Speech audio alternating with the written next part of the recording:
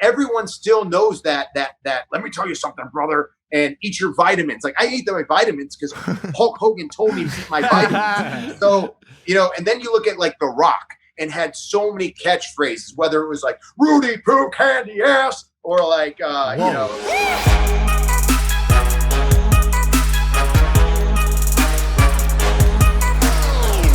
Bro, you know what's the worst? What? You know when you put on a sweatshirt and then you take off said sweatshirt and you have the fuzzies? Yeah, it leaves you with fuzzies on clothes that you like. Yeah. And then you have no lint roller because it's the apocalypse in 2020 and there's nothing to available in stores. Nothing to available, I said. There's nothing to available in stores. Welcome back to Impaulsive, the #1 podcast in the world. Although we can't speak English, it's just me, honestly. But yeah, we're back. It's quarantine. We're trying to stay sane.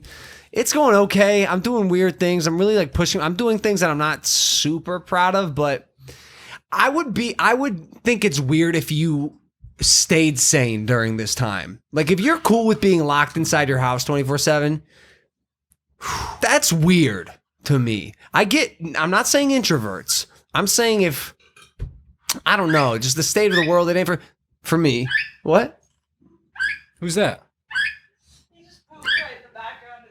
That's Sir the Gray. He peeps like this, and I don't know how to stop it. The family who we adopted him from said it means he's excited. He's just pumped up. He's happy to be living, and he's taken a liking to me, I think. I mean, you can't get mad at the guy for that. I mean, if I'm happy about it, sometimes I wake up and make stupid sounds too because I'm happy about being alive. Yeah, totally. Danny, I think also we're out of paper towels. I found 2 at a corner store this morning. Corner stores. Those CVS like little convenience store types are the breadwinners here in the apocalypse. Paper towel? This was a liquor corner store. They had some real grungy shit. Yeah, you gotta like smoke shops. I feel like have the best chance of having paper towels. Rolls of toilet paper and 2 rolls of paper towels. We're close to wiping our butt with leaves, I think. Nothing that's like that troublesome. We could do it. Well, you also you're built different with the beard and all. Like you're probably used to shit like that. You could probably wipe your ass with that. Well, that's like one of the best ways to do it, really. You never really asked me about how I wipe my ass. Yeah. I gotta ask this quickly. What the fuck is going on right now? Like, what the fuck is what's going on right now? We're having it's first minute of the show. You got a fucking sidebar going on with this sound girl, light lady. We got a squirking bird named Sir. I think talking about wiping asses with beards. Like, what the fuck is happening? It's not great. Yeah. I gotta stop this fucking bird, dude. I thought he'd be really cool to have on the set. But he just keeps doing that, and he's so cute when he does it. It makes it a little difficult. He is cute. It's just so consistent. It's definitely a rapid fire, or not rapid fire, but fully auto. It was like Ginger barking in the morning. I used to wake up every morning to the loud sound of Ginger, 1,000% barking, and then Mike barking at Ginger. Bro, it's so funny, but it's also not. No, it's driving me absolutely insane. I can't concentrate at all. Yeah, this is horrible. With this. It's funny because I still got Ginger on speed dial. Michael, take it back. All right, I'm sorry. I just got at what point? I think we're there. If you like sex, you'll love BlueChew.com. Oh, God. BlueChew offers men a performance enhancement for the bedroom. Chewables can work faster than pills. BlueChew.com. Affiliated physicians work with you to find the doses and active ingredients that it's in. I have my Invisalign in. I can't talk. I decided to leave him in because we're only doing an intro and outro before we do a Zoom call with the Mizs. You've really only made this harder for all of us. I also don't know that we have to hit those talking points as hard. Like, I like these pills because I take them and they make my dick turn into a missile that Kim Jong-un would send over to the state. Like, my thing, it turns into a fucking, a rock sculpture. It's like rock. It's like my dick turns into Rocky.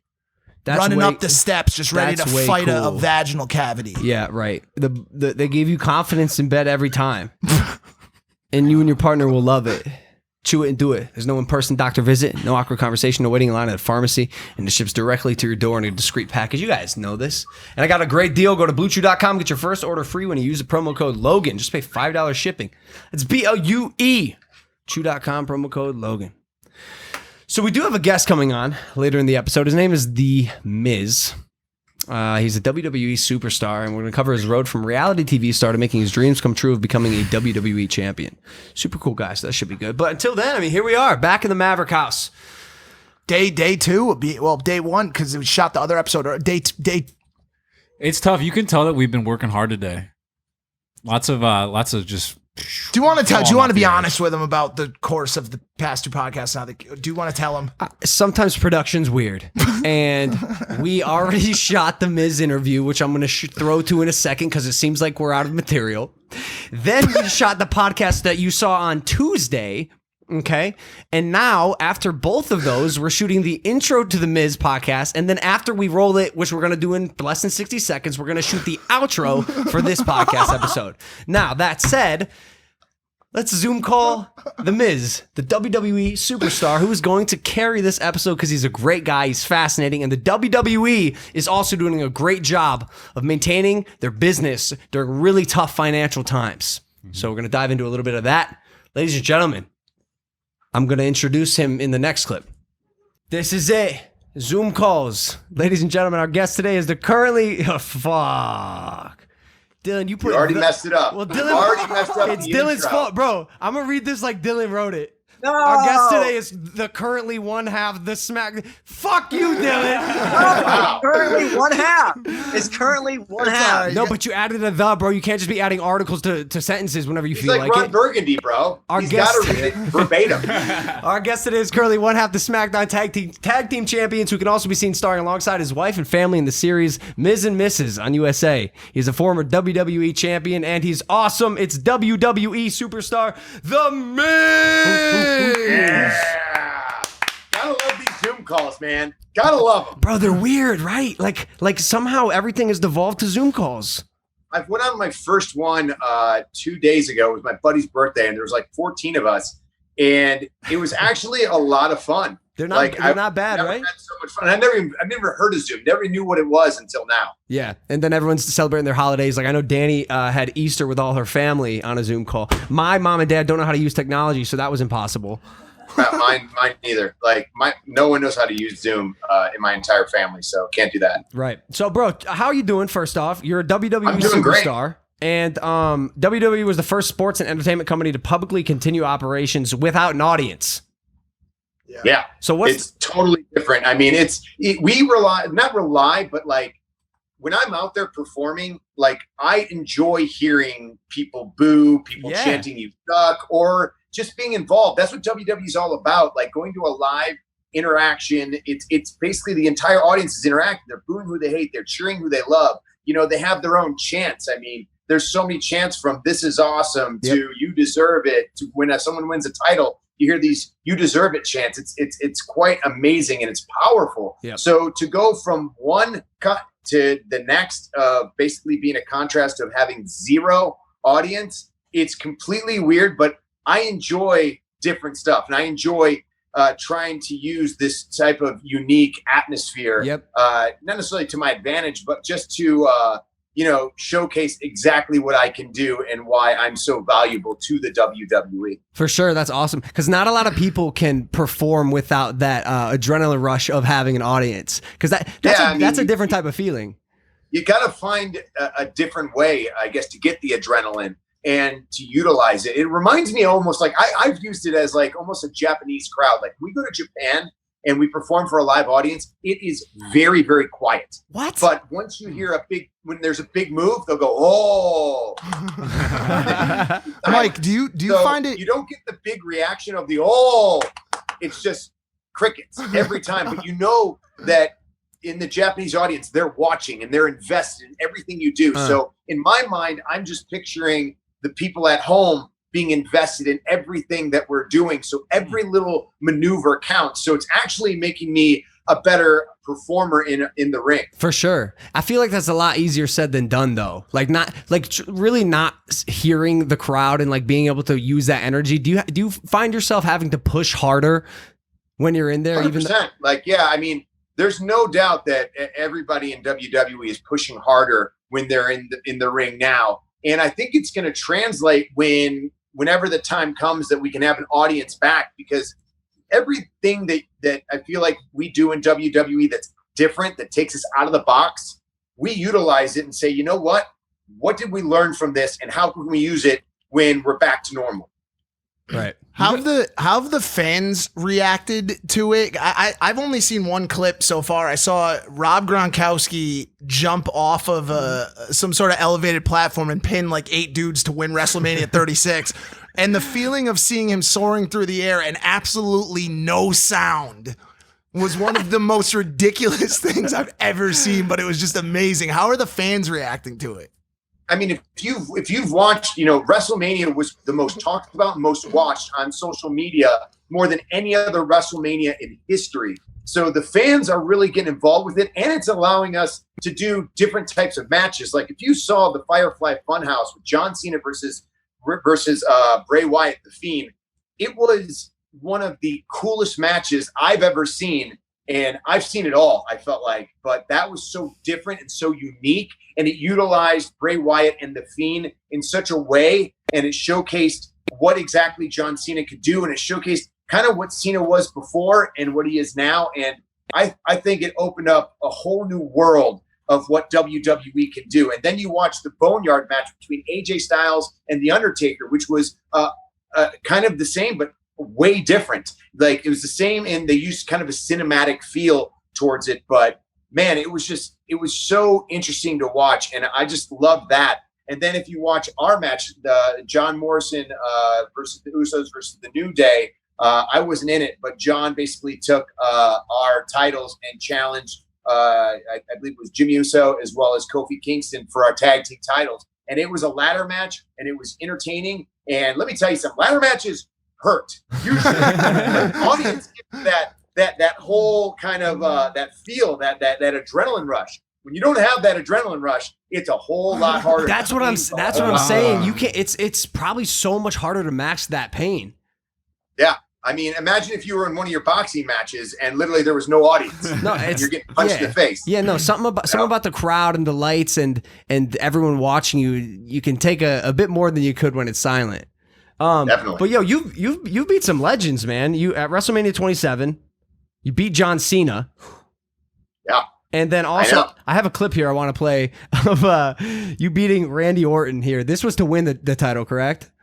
Yeah, so we had Money in the Bank, which I believe was in July of that year, and I won the briefcase, which the briefcase holds a contract that you can cash in anytime, anywhere, no matter what.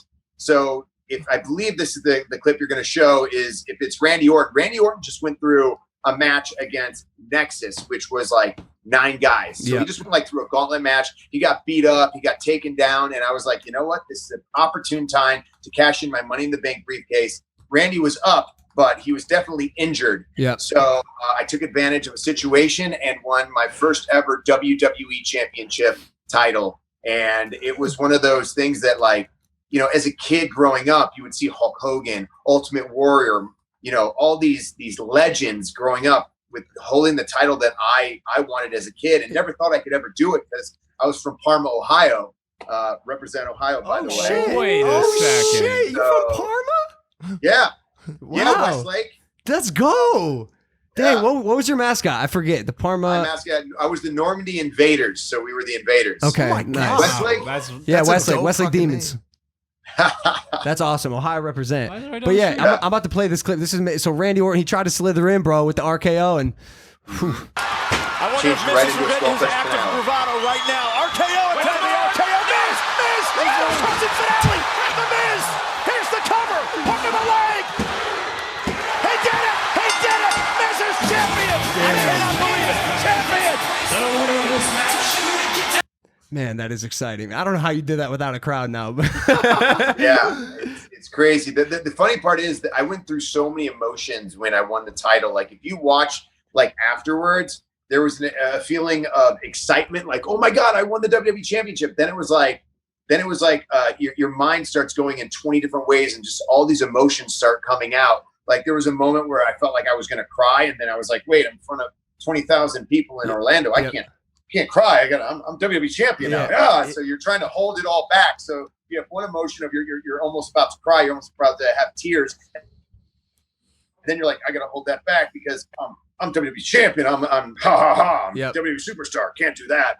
And then there was a moment where I hugged the guy that kind of helped me throughout the whole thing. There was just so many emotions that went through. Let me ask you, did you have a what now moment? A lot of champions and superstars that we've had on this show tend to they've explained how when they win the thing and had been their goal their whole life, they have a what now moment, and it leaves them kind of feeling alone or confused or not sure where to go next. Did you have that?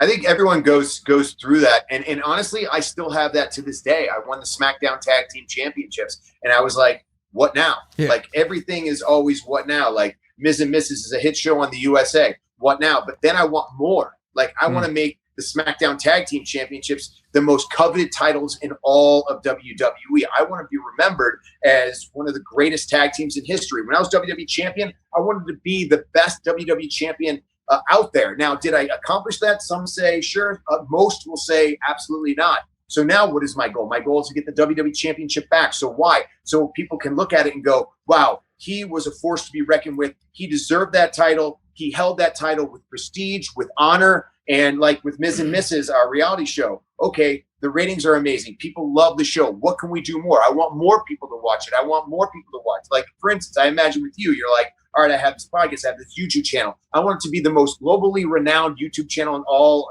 ever to imagine, right? I mean, that's kind of, I feel like some people have that mentality, and other people are just complacent to where they're at, which is fine. Yep, totally.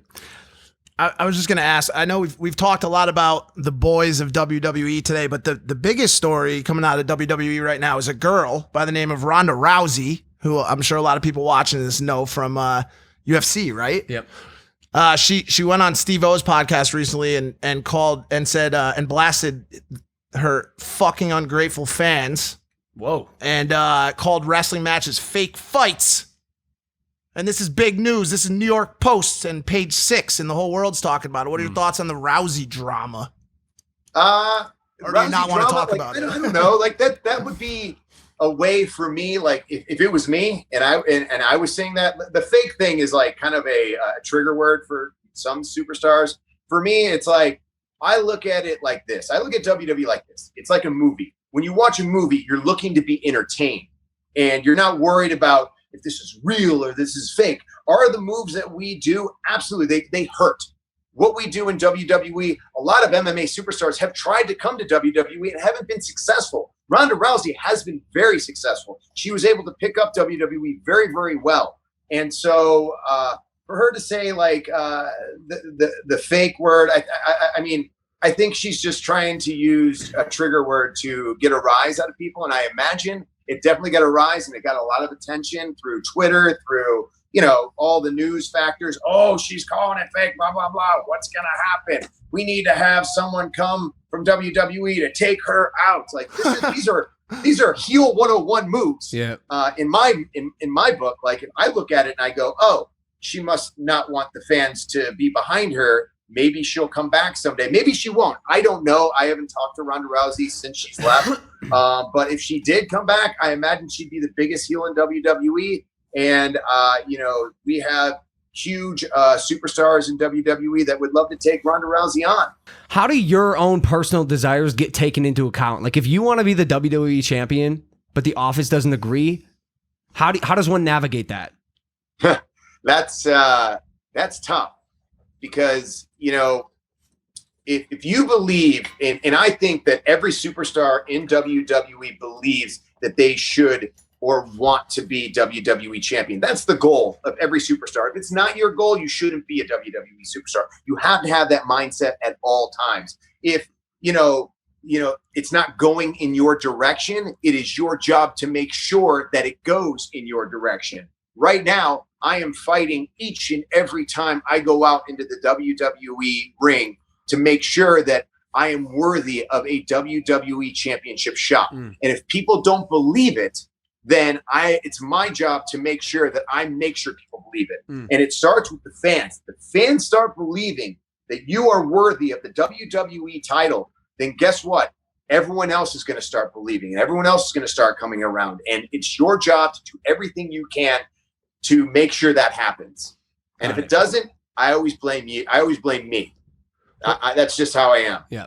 What are you doing when you're not on camera to maintain that I mean, okay, I'll give you for instance. John Morrison and myself decided that we were going to write a rap. Now, I am not a rapper by any means whatsoever. But John Morrison and I were driving in a car. We were having a 4-hour drive, and we were like, you know what? We should write a rap and see if we can get a beat and then we can do a music video. And this could be a whole thing leading up to WrestleMania. Nice. So literally, we started doing rhymes. We started doing bars, as they call them, and in the rap world. And then we asked for a beat, and WWE gave us a beat. And then we went to our digital team and said, "Hey, can you film like a music video for us?" And they're like, "Well, what do you mean?" I was like, "I don't know. We're just going to start doing the rap and do a music video." So all leading up to our WrestleMania match, we had a rap video, basically, talking about the New Day, talking about the Usos, talking about how great we are, who the New Day and the Usos are the people that we are going up against. So it was a diss track on the Usos and the New Day and why we are so amazing and why we are the SmackDown Tag Team Champions. That is something that we went, that's going above and beyond. That is not something that is asked of you for SmackDown on Fox, or whether if you're on Raw on USA. That is something that we went and said, we can do this. Another thing John Morrison and I did, we did a trailer. We did a ripoff of Once Upon a Time in Hollywood, which you can see on WWE's YouTube page.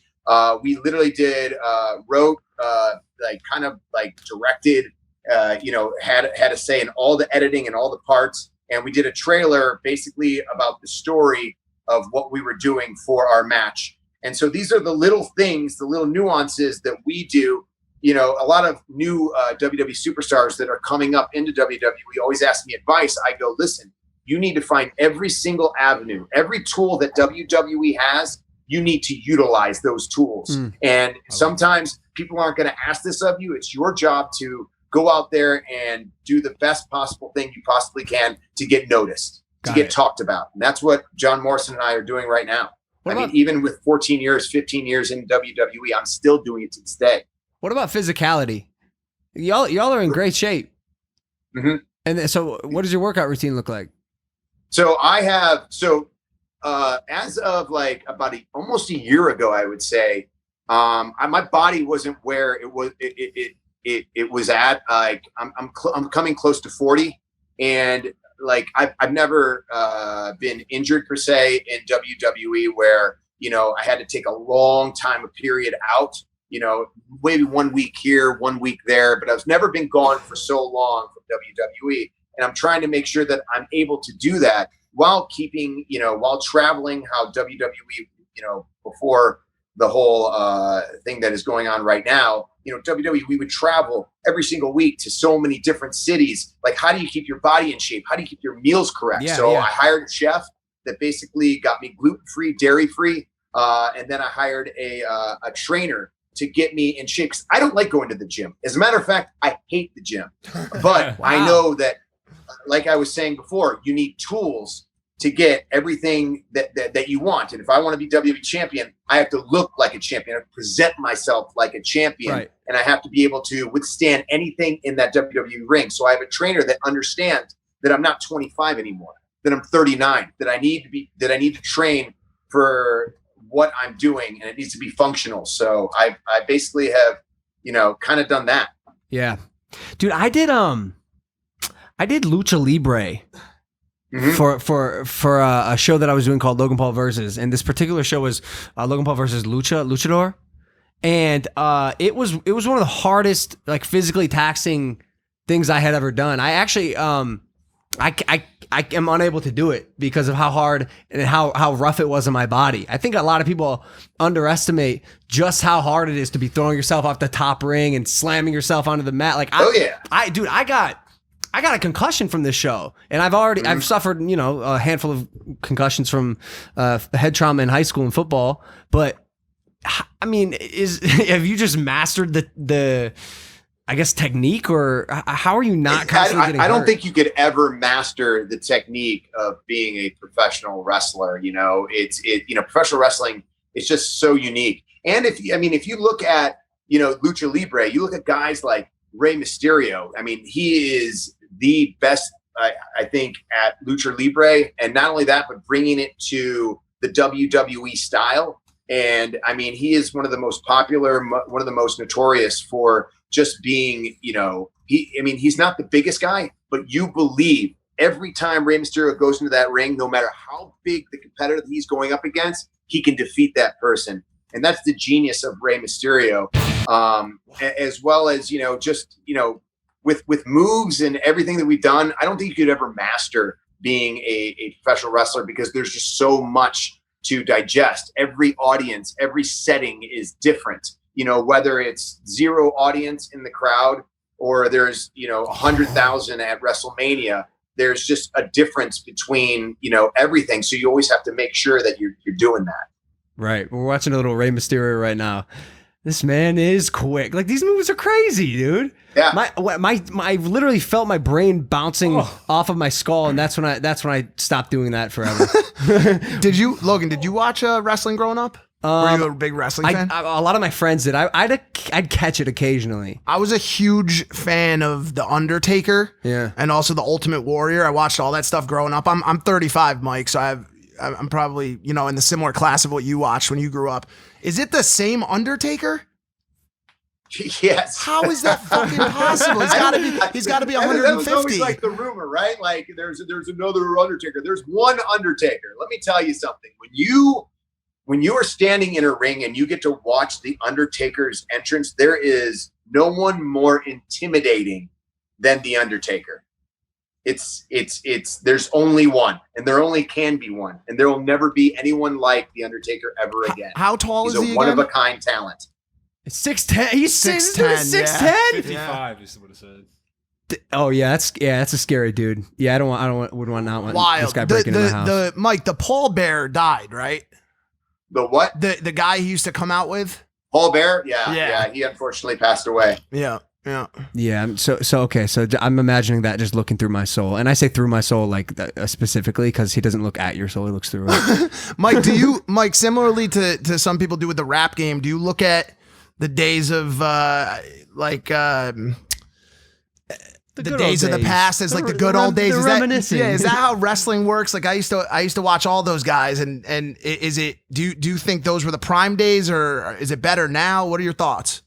I mean, since I'm in it, of course it's better now. But no, like I study. Like I study everything. I study everything I do. I study everything that other superstars do, and I study the past. The past. The Ultimate Warrior. I look at if you ever watch The Ultimate Warrior and you look at it as a WWE superstar now, I look at it and go, wow, all this guy did was like 3 clotheslines and a splash, and everybody erupted every time. That was my favorite WWE superstar, and that's all he needed to do. Like all he needed to do was 3 clotheslines, run out there with all the energy, shake the ropes, and clothesline someone, splash him, 1, 2, 3, done, and I was happy. That was the most amazing thing. So then I look at that and go, wow, my character doesn't do that, but I want to make sure that I take that type of energy to the ring every single time, because that energy it made me want to watch it. It made me want to engage. Now, why did I like someone like Hulk Hogan?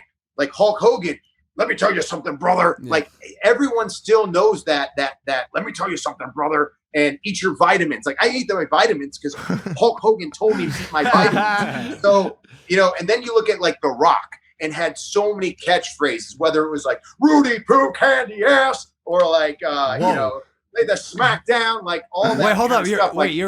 You do a very good Rock impersonation. I'm okay. Wait. You know, but I mean, I want to hear what the smell. Can you smell what the Rock is cooking? Rock was my favorite in the Attitude Era. Ultimate Warrior was my favorite during the 80s. And now, obviously, I'm my own favorite. But, you know, it's like I study everything. I watch everything. Like, I watch everything there is because I want to see what everyone else is doing and if I'm keeping up with the times.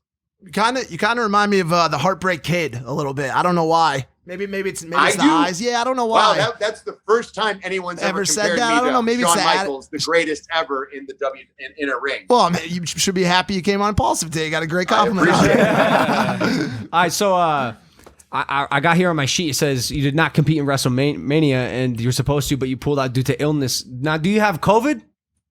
No. Okay, that's good. Yeah, it's very good. Trust me. Yes. Yeah, I got tested negative.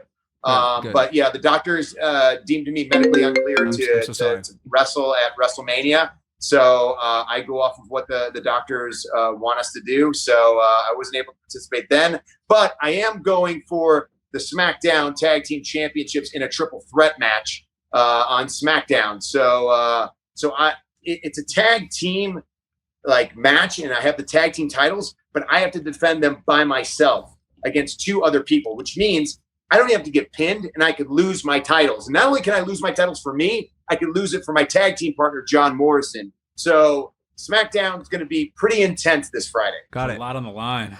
Hey, Mike, I got one last question for you. What are the chances we could ever see someone like, I don't know, Logan Paul in the WWE? What do you think that looks like? Look, I've seen his boxing matches. I mean, obviously, he just said that he tried Lucha Libre and he couldn't hack it. So, I mean, I've seen him hack it in a ring before as a boxer, but I just don't know. Those are And fight words, that didn't man. go so well either, bro. Lucha Libre is too much. He's definitely not going to come to WWE and do You something. hear this guy, Logan? He's talking fight words. Got a right little now. feud starting He here. chirping. Cleveland, Ohio, and anyone from Cleveland, Ohio, I believe in, because I think people from Cleveland have a mentality where, you know, no matter where they go in life, they're always trying to do their best. They're always trying to one up themselves, and they have goals. And when they have goals and they have a vision, they go after it. Yeah. So that's what I think of people in Cleveland. So if Logan is from Cleveland, this is his mentality. That So I if he am. sets his mind to Hey, something, that I am. he can definitely do it. Yeah, man, goals are powerful. If I set a goal, I mean, look, I'm gonna be honest. For this, Can I ask you a question? anything you want. When you were in Westlake, Ohio, did you have a dream of going to LA, and then you moved to LA, you got your own YouTube channel, you started getting a little notoriety. Like, Yeah. where did this all stem from? How did it all come about? You might have already answered this on your show. I was just curious because when I was reading when I was coming on the show, I wanted to know a little bit more about you. And I was like, oh, Westlake, wow, I wonder how he did the transformation, because I know how it happened for me. Yeah, for sure. No, it's a good question. Mine is the classic tale of I was doing YouTube and I was making videos before it was a cool thing. I just liked making videos with my friends. And actually, you can't see him, but the person sitting to my right, his name is Mac, has been my friend since 6th grade, and he shot almost all of our stuff coming up through the years. And so, Did you come for acting in LA, or did you just love the weather? I did. I came here to be the biggest entertainer that I possibly could, and acting was one of the verticals that I wanted to try. And so that happened when I was 18, 19. Like I said, I happened to get good at the thing that I love doing, and people happened to enjoy consuming it. So the pieces kind of fell into place for me. But Do you ever get bored? I'm not really. If I get bored, that's when I know I gotta switch it up. Like my rule that I try to follow is, if this starts to feel like work, shift. The moment I start to force my content, that's when the inauthenticity happens. That's when I'm disingenuine. Like, and people can feel that through the screen. And so I gotta make sure to keep it spicy, and especially now during quarantine when we're forced to push ourselves creatively. It's cool. It's challenging. It's fun. We've been able to do some dumb shit around the house. Bro, I spent an hour and a half, 2 hours before this podcast on a log in my pool, attempting to learn how to log roll like a lumberjack. I've been learning guitar. Oh no way! How's that going? Well, so far I know "Come As You Are" for Nirvana. Nice. I know Cool. "Smells Like Teen Spirit." I've learned Blue Monday by Orgy. If you remember that one, that was a doozy. Now I'm trying. So I have a rose garden, and I guess what I really want to do is I want to play Every Rose Has Its Thorn. There you go. In my rose garden. That's but awesome. I didn't realize it's kind of hard. Like so far, I'm trying to learn the chords, and it's just not doing as well as I wanted. Like Come As You Are was really easy. How long have you been? And so was like you been Smells Like playing? Teen Spirit. What's that? How long have you been playing? Honestly, 3 days. That's it. I also learned Pantera's Walk. Oh, damn. All right, so you got a quick learning curve. I tried to learn guitar. I promised myself that I would give it at least a month before I quit. So I gave it a month and then I quit. So, so good for you, man. No, but I've done that. I've done exactly what you said you've done. Like, so I used to bring a guitar on the road. So I was like, I'm going to learn guitar. I want to learn guitar. I want to do a performance. Like this was before Elias was doing performances. And I remember The Rock used to do them. I was like, I want to be able to do that. Yeah. And after like 3 months, I was like, I don't think I'm ever going to be able to do that because one, I can't play and sing at the same time. Like it's just, and I've been trying to do Come As You Are while singing it. By the way, first off, I don't have a voice to sing. And secondly, it's just, I lose all focus. Yeah. So it's doing two things at once. It's very difficult. Doing one thing at once is difficult. I don't know how Elias does it. We have a WWE superstar in Elias that I think is just completely talented and is going to do a lot of great things in WWE. And he has done great things so far, but I think his future is bright. And so he's been able to really utilize the guitar and do concerts for everyone and is always one-upping his game and creating good special content. So I was like, God, like I want to challenge Elias sometime and do a guitar off, but I don't think this is going to work. Dude, it's hard. It's a thorn in my rose garden. Yeah, bro. It's hard. Like my fingers don't bend like that. That's why I stopped. I realized like my hands for some reason just not built to like curl around the is it a neck? The neck of the guitar. Yeah, that's it. And so I had to stop.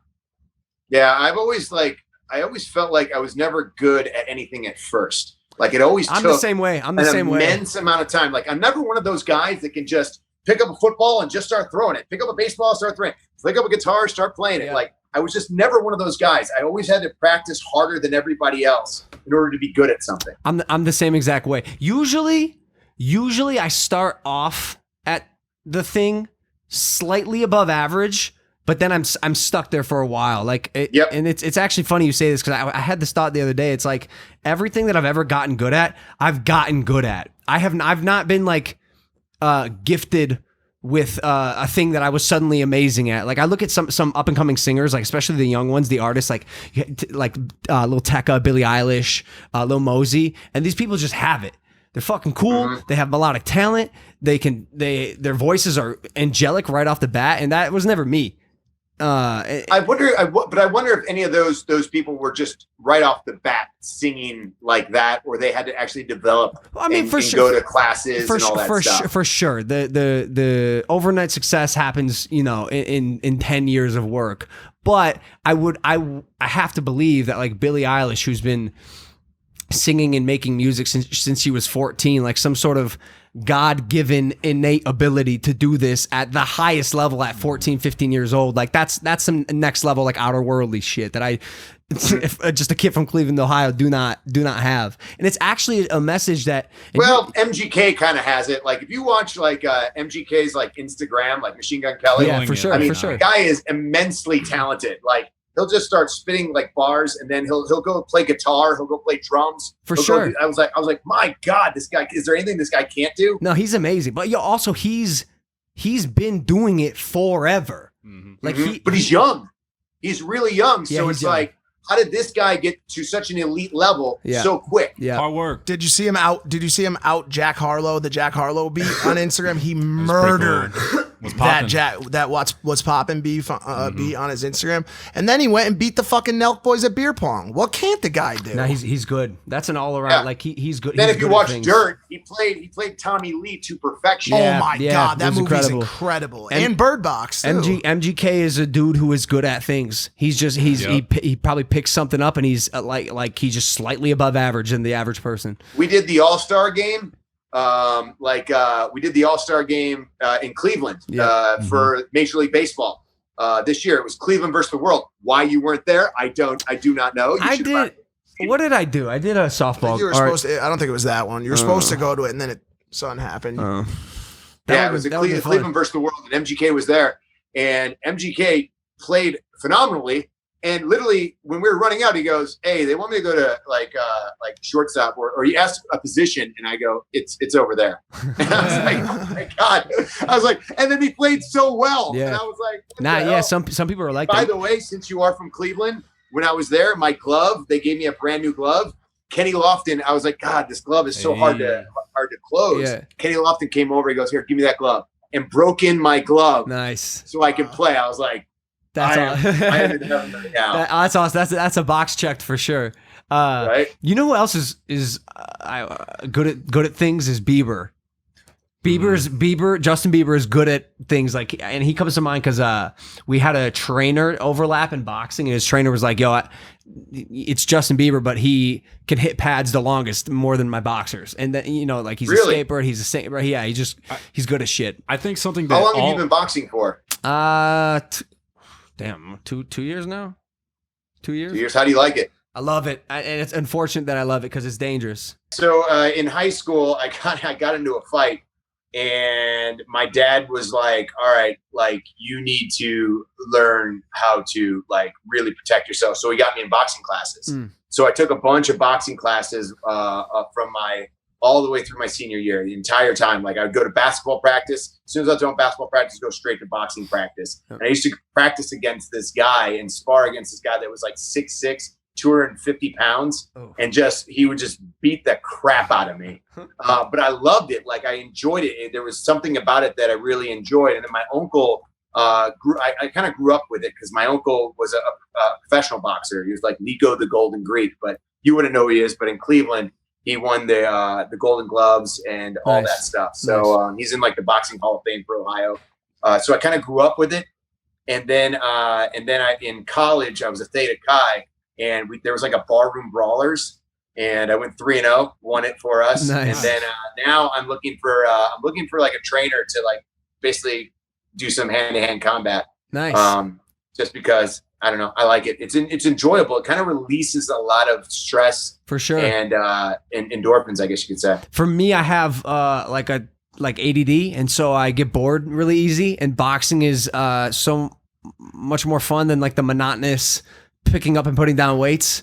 And I don't know. Hitting things I like the fact that it's a real life skill. It's practical. When you lift weights, and you exercise. By the way, everyone exercise, obviously, but. Is it for aesthetics, which is totally fine, but for me, I can box, I can look good because I'm getting a workout, and I'm actually learning how to defend myself. And I've said this before on this show, I would recommend everyone take some sort of combat sport class. When I was in high school, I was the smallest guy, and I had this fear of being beaten up in a school fight. So I was like, fuck it. I'm gonna learn how to fight. I'm gonna wrestle. I'm gonna take jujitsu classes. I'm gonna learn how to strike, and just being able to protect myself. Even as my friends call me shrimp, my confidence skyrocketed because I was just comfortable in my own body, and that's probably part of the reason I love combat sports so much is because I have an affinity for what they've done and how they've changed my life.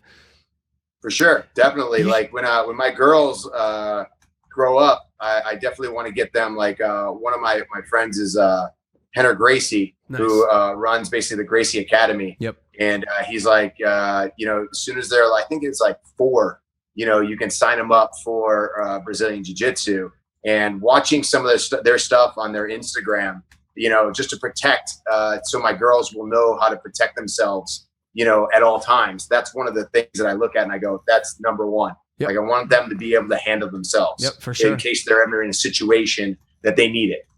For sure. For sure. All right, yo, I don't know. We talked about a lot of stuff. Woo. Yeesh. What's your plan for the rest of the quarantine? You doing anything fun? Am I doing anything fun? I feel like I'm doing everything. What's fun for me is to hang out with my girls, Monroe and Madison, and hang out with my wife, Maurice. So we've been really, enjoying it. Yesterday, or I don't know when you're airing this, but Easter, Yep. we colored donuts. Nice. So instead of coloring eggs, we colored donuts. And, you know, my daughter loves to draw and loves to paint stuff. And my other daughter is entertained by her. So, cause she's only 2 and the other one's only 6 months. So, you know, we just find things to entertain ourselves with. Cool. And I just been enjoying, you know, the family time. You know what else I've been enjoying about this? Like, my mind is always racing. It's always going, always going, always going. There's actually a moment here where I really feel like I can actually press pause and kind of just let my brain relax, which it's not used to doing. And so it's actually given me an opportunity to kind of relax. Yeah, very cool, man. I hope everyone takes this time to kind of unplug for a little bit. Because if this is good for one thing, it's definitely good for like finding yourself or something new that you love to do. Exactly. Like, you know, just if you don't have a hobby, you can find a hobby. Yep. You know, look on the internet, you can find anything and you can learn how to do something. And you have time to do it now. Yep. Totally. All right. Well, dude, thanks for coming on, man. I appreciate you taking the time. For sure. Thank you very much. I appreciate it. Enjoy everything and go Browns. Go Browns, baby. Where can they find you on Instagram? At Mike the Miz. That makes sense. All right, brother. Thank you so much. Again, appreciate you, man. Stay safe. Stay healthy. Sounds like a plan. Later, bud. All right. Peace, homie. Mike. I like that guy. What a nice dude. Cool fucking dude. Cool dude. You could tell when you start to hit it off with a guest when like halfway through you just start talking about just random shit. Like we don't even talk about wrestling anymore. Go Browns, huh? Yeah. 6-10 last year, 7-8 That's years. probably enough out of you. Mike. It's called improvements. You gotta get better than you are. Don't go any further back than like, I don't know, 2 years on the Browns record. But Don't talk about 2017. Nah, it's okay. No, I like that guy. I think the one thing that you, him, Justin, and MGK all have in common is you're so obsessed with the thing that you're putting your energy into that it doesn't matter how long it takes, how much effort, how much energy. You're going to do your best, and you're going to learn how to be the best at it. Obsession. It's a healthy obsession. You have to find that spark of interest, though, at least, because like, it's hard. It's hard. If I don't like something, I have 3 to 10 seconds before I stop doing it. But that's good because you know that you're not going to be willing to put the time into it. Yeah. Absolutely. But like today, when you were doing log rolling and you tried to stand on a log for more than 10 seconds, or what? Yeah. For 10 seconds, and you only got to like 7 seconds. Yeah. How did you feel about that? So hard. It's so hard. But I within like the first 15 minutes, I looked at Danny. I was like, and sometimes this happens when we're doing our shit. I'm like, yo, this one's fun. This one's like real life fun. Yeah. And for some reason, rolling around on logs in a river, I enjoyed. So yeah, we did that for 2 hours. I think if we take that to the ranch at the lake and just get a big log, Yeah, we have a ranch regatta and then we have log rolling competition. That's gonna be awesome. Just a giant fucking log for like 7 of us to go on. Huge. That's gonna be sick. If you love it that much, you could be the best. I mean, to Mac's point, dude, I said it on a show the other day that I did in the interim. You work harder than anybody. You work. I mean, and I bet you that's a reoccurring factor between all those people that we were just talking about. You know, it's not always some like insane fucking talent. Like he's funnier, he's this or you work harder than anyone else. Bro, when we first got to LA, Jake would always say to me, "Hard work beats talent." And for the longest time, I disagree with him because I look at like the rappers who have one hit song and like all they really have to do. I mean, what you go to the studio, you have a good voice that you were born with, and I thought that was a conversation to have, and it's just not. Hard work always beats talent, and when you have the talent that works hard, that's a wrap. That's when you get like a Drake Graham or Drake Bell. Drake Bell. Nice. Wait, Alexander Graham Bell. That's when you get the guy who made the telephone. Drake Graham, Aubrey Graham, Drake Aubrey. Aubrey Alexander Graham Bell. Drake. Anyways. I think it might have something to do too with the transition to non-traditional media. I think at one point talent was probably closer to being everything because you had to impress some vocal coach, you had to impress some room of video execs. Yeah. Or they had the tools. They had the keys. Yeah. Now that every creator has the keys, the internet and the entertainment world as we know it today favors consistency and they favor hard work and they favor you showing up every Tuesday, Thursday, and Saturday when you say you're going to drop a fucking vlog. Yeah. And so you have always showed up, and that's a huge part of what makes you as powerful as you are. Facts. That's one strong word right there. Consistency. I think talent can get wasted if you're not consistent with it. For sure. Oh, yeah. For sure. We see yeah. it all the time. We see it all the time. We were talking about it yesterday a little bit. It could honestly could happen to me at any point. Like it honestly could happen to me at any point. Like I consider myself and would hope you guys consider me to be a funny guy and talented at whatever I do. But honestly, like there are a lot of days where I get up and I'm like, Yeah, you never have those. I power through them, but you never have those. Like you always show up, bro. No. Oh, you do have those. Oh, you do. Oh, no. I have those days where I doubt myself to the fucking T, bro. Yesterday, actually, this whole weekend, my mind hasn't been racing like it usually does, which kind of makes it hard to host a podcast when we're not having thoughts about anything. Like really, like I don't know if it's just quarantine. I've been locked down for too long. Oh, you know what? Honestly, it might be him. I've devoted all my energy. You're to a him. dad now. Huh? You're a dad now. I've literally devoted all my energy to this fucking parrot. And so, anyways, no, yesterday I was like, I have no idea how I'm going to go on a podcast, but what I always rely on is that spine of knowing who you are and what you're capable of. And there's a flip that switch when you're doing that thing that sparks your instincts. And this is like, I don't know, talking in front of cameras does that for me. And so I always, even though yesterday I'm literally like, I have no idea how I'm going to do it. I know as soon as these lights come on and we start rolling, yeah, we're going to be good to go. And then you get momentum and then you keep going. Then you rock and roll. Keep going. Precisely. Oh, because now we're coming not onto the end of the Miz interview, but onto the end of what we talked about after the Miz interview. Right. Tricky, dude. It's like a choose your own adventure book where everyone loses. Yep. We should just I'd always read those adventure books and go back to try to win. You know what I'm saying? If I knew I was going down the wrong path and I was dying, like in Goosebumps, I will go back and read so I win.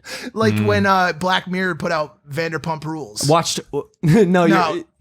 It's the one video game episode. Slander Mump. What was it called? Fucking mother fudger. Way to censor half of your sentence, Mike. You're approving. Video game episode. What? Striking Vipers? No, not that. Please, not that one. No, I know. Choose your own adventure. You should have typed in. No, I know, but I watched. I went down all the paths. I had to go back because when the guy would get unhappy because I chose the wrong one, I was like, we got to go fix this. Yeah, right. What else? What other programs have you been watching? Tiger King. How are we gonna do this? I don't know. We suck. In general? It's fucking 2-3 months after the shit was hot. And we're like, well, everybody else fucking watched. My grandmother watched it already. Here's what I'm gonna say. Like you didn't even finish it. I couldn't because I realized, I realized 5 episodes in, I go, there is no real takeaway from this. No, it is a drama / comedy made to entertain you with no conclusion. Here's the conclusion. Everyone's fucking crazy. Nuts. No, they're crazy. There doesn't have to be a conclusion. I guess that's the main conclusion of it. I mean, to your point, these people are all fucking crazy. But I think everybody that watches that series comes out of it with a certain thought about some of the people on it. And I had a very, very specific list of the people I hated most. Okay. What is it? If you watch that series and anyone above is on your list above the number 1 spot, above Carol Baskin, you are a psychopath. I hate that lady. Wow. I fucking hate Carol Baskin. I fucking hate her, bro. I wake up some days and I'm like, I fuck it for whatever reason. Because by the way, she was probably trying to do good. She was probably trying to help out. But how about what? She wanted to fix all the laws on big cat rescue. Bro, she breaks all the laws. Breaks them all herself. She's the biggest hypocrite I've ever seen in my life. Then, number 2. Carol Baskin killed her husband, whacked him. Can't convince me that it didn't happen. Fed them to tigers, they snacking. What's happening? Carol Baskin. Damn, it's a slapper. Thank you, TikTok. Number 2, her new husband. This motherfucker. He's number 2? Number 2. This dude, people have called me a simp. People have called me a simp, and I've even at times been like, fuck it, I'll just play around and own the word. This dude is the king of the fucking simps. Show me this dude. This guy? Show me this dude. He made you... Do you see that fucking this guy? It does not matter what that woman says. He is sucking her dick, dude. 24. I hate that fucking guy, dude. Number 2 on the fucking list.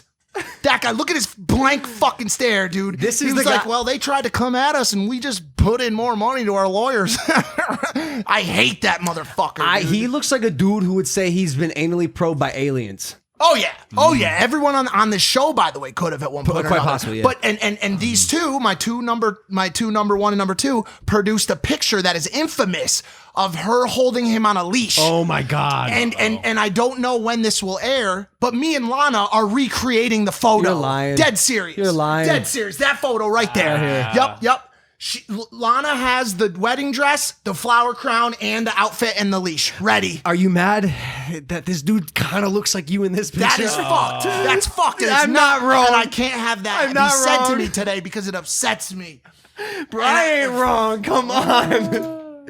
You get Harry Potter glasses and some salt and pepper hair and a little cheetah Tarzan outfit. You're gonna be good to go. And so we're taking it on the beach. I think we're renting a house on Malibu to get the picture done. It's gonna be fucking crazy. Oh my god. Who's number three? Number three, to make it quick and final, the dude Jeff Lowe. The dude Jeff Lowe that he befriends. Scumbag. That he's getting Scumbag. Just Scumbag. emits fucking scum, dude. Just emits it from every orifice of his body, dude. He just breathes scumbag. This dude, you could just tell in the way he talks. Bro, he would throw exotic Vegas parties in his hotel room and have the tigers wheeled in little suitcases. To be the thing that brought the girls Yes, in. come on. He was getting head and having sex and orgies based off the strength of his little kitties. How many dudes? He said a little kitty gets you a lot of kitty. A lot of kitty. And he went like this. Like he's just a fucking grind ball, dude. grind ball. How many dudes do you know that have gotten dogs so that they can? Oh, girls? I'm sure. It's just a little more exotic with a tiger. Exotica, even. All right, who's number 4? I mean, if there was gonna be a number 4, I guess it would be. It's got to be Joe Exotic, dude. Come on. No. Come Joe, on. listen, Come listen, on. and Anti-hero. maybe it's the way he was painted in this series, but you kind of gotta feel bad for the guy. I didn't finish the watching, series, right? So yeah. so mind you, I've only seen what I've seen and have yet to have any inkling of an idea that Joe Exotic might be pardoned. But bro, when you burn your alligators, because they said that he was the reason that he started the fire for the warehouse. Yeah, that's like one of 3 things that he did. That He I'm just killed like- a bunch I'm of just big like- tigers. I'm just like, at what point? Dude, is he just not a good person? I get he's a funny meme and shit, but in real life, like, yo, fuck this dude. Fuck this guy. Yeah, no, I'll I say get it. But I think why he wasn't at the top of my list was one, because he's kind of the crafted protagonist of the program. Yeah, yes. And also because he, to me, at a lot of times, he just, the way he is and the way he acts seems like the lesser of the evils. And so you're right. Maybe he is 4. Maybe he is 4. And I hate to say that. I'm Joe. If you're watching this, I know you're not. I know you're not watching Impaulsive, but Joe Exotica, if you're watching this program, you fucked up. You fucked up bad, dude. Also, I found out that his infamous music videos, it's not even him singing. Really? Yeah, we've been led down a path of lies. I mean, but He's killed 5 cats. Also, him attempting to off Carol Baskin. Like, come on, guys. Guys, what are we doing here? I mean, his big fuck up there was the dude he hired. I mean, that guy was 5 sheets to the fucking wind. Did you see that guy? Just I mean, he would. You know what I will suck say? a dick for a crack rock. Dude. This dude is not a hitman. Yeah, facts. Good on the directors and creators of the show. Oh my god! I've never seen a my narrative God. crafted in such a brilliant way where the characters. The characters tell the story. There's no narrator. No. It's the characters all telling their stories against each other. It's fascinating. It's like a David Dobrik vlog, but with methamphetamine. Right. Like all the characters are the storytellers. Yep. And so when I watch, I'm watching because I'm learning. I watch how when there's one guy specifically who sometimes appears on camera who's clearly the director. Guy that talks like this with the smokes the cigarette the whole day. And I No, probably no, shouldn't no, be no, doing that no, because no. he probably has like a No, not that guy. And by the way, I also I made a nose plug joke. You when did? Guy talks like this, and I was the producer of Joe's TV show. Did we make it out alive on it or no? Is that cool? I don't know, maybe. Hey, it's got to be deviated septum from cocaine use. Do But I'm also not talking about him. I'm talking about the dude who created the show Tiger King. the other guy that appears weirdly occasionally. Sometimes you'll see him. You'll hear him ask questions off camera. So it's social manipulation. He'll ask certain things to get people to say sound bites that work for his narrative that is perfectly crafted in his mind. It's brilliant. Yeah. He'll have them repeat. So you hear one of the times he's like, "Can you say what you just said?" And the person just nonchalantly says the it. thing Yeah. that like incriminates or like furthers the agenda that he's trying to tell. It's brilliant. So for that reason, I really enjoyed watching how this story was crafted. Yeah, the indeed. one person I will say, or the one scene that I hope everybody would agree makes the entire show is, I think the guy that you're talking about that got asked to say the same thing again is the pudgy fat dude guy with the hair. Yes. In episode 7, this man rides a jet ski in what is one of the greatest scenes in television history. You're lying. Please try to find it. Please try to find it. It makes the whole show. It makes the whole show. It's the most important. Just write jet ski scene Tiger King and see if it pops up. What happens? You wrote fat pudgy man Tiger King. jet ski scene Tiger King. Oh my God, yes. No way. Oh my No God, way. dude. This just comes out of nowhere. No way. This is There's Eastbound just and no Down. way.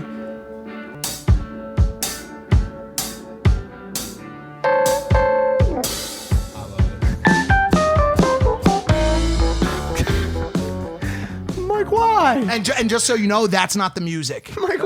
They replaced the music because it was like I think it was Welcome to the Danger Zone. It was something. It was the only copyrighted. But that scene, and I think a lot of people have echoed that narrative out there. That scene made the show. I mean, what an incredible optical illusion of sorts of just what life can be like if you're a pudgy potato on a jet ski. Have you seen Eastbound and Down?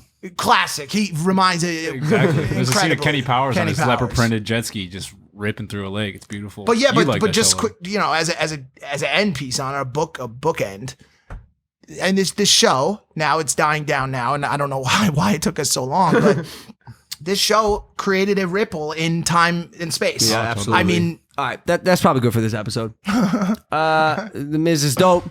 Weird freaking chain of events that led to what turned out to be a sculpture of an episode. We did it. yeah, we got it. We did it. Stay safe in there in quarantine, guys. Wear your masks. We'll see you next time on the #1 podcast in the world. It's called Impaulsive. Hit that subscribe button if you're not subscribed. Bye.